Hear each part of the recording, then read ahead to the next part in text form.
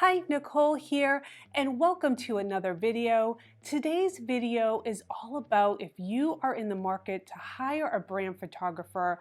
I wanted to provide you some things to look for so you can get the best photographer for your project. Okay, here we go.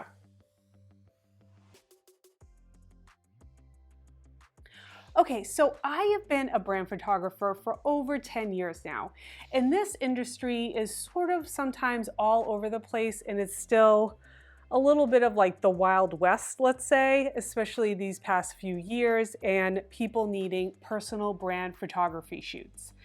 I have 4 guiding principles that if you can find a photographer in your area with at least these 4, then you're on the right track. First, remember that these images are for your business. This isn't just hiring a portrait photographer to come in with their cameras and take pictures. The big difference is that with branding photography, there's a lot more planning involved, and that is because each image has intention behind it. There's an intention behind taking pictures of you with your new product line, or that you're creating something new behind the scenes. There's an intention for the future of how you're going to use those. And with a brand photographer, you can really craft an amazing photo shoot. So the first thing that you want to find is a brand photographer that's giving you a commercial usage license.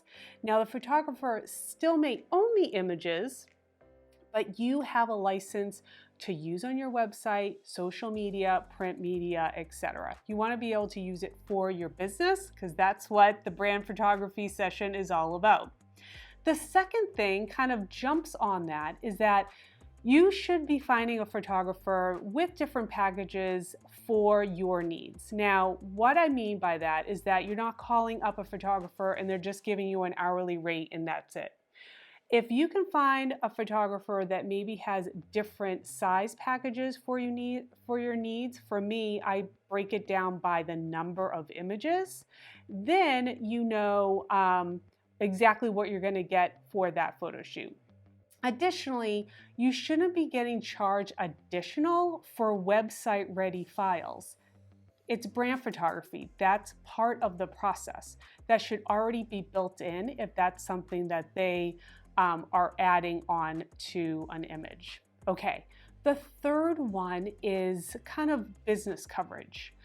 A red flag to me is if someone is charging per person. That's common in getting headshots, but for brand photography, if you have a team of 3, if you have a team of 15 and you want them covered to show the story or to tell the story of your brand, that's part of the photo shoot and that should be discussed. So then the amount of time needed is adequate on photo shoot day. Okay, now the fourth area is a strategy meeting. Before any photo shoot happens, there really should be a strategy, at least call or face-to-face meeting or a Zoom call. And these are important because you're learning about the business, or the photographer is learning about the business, and that is producing the photo shoot list for photo shoot day.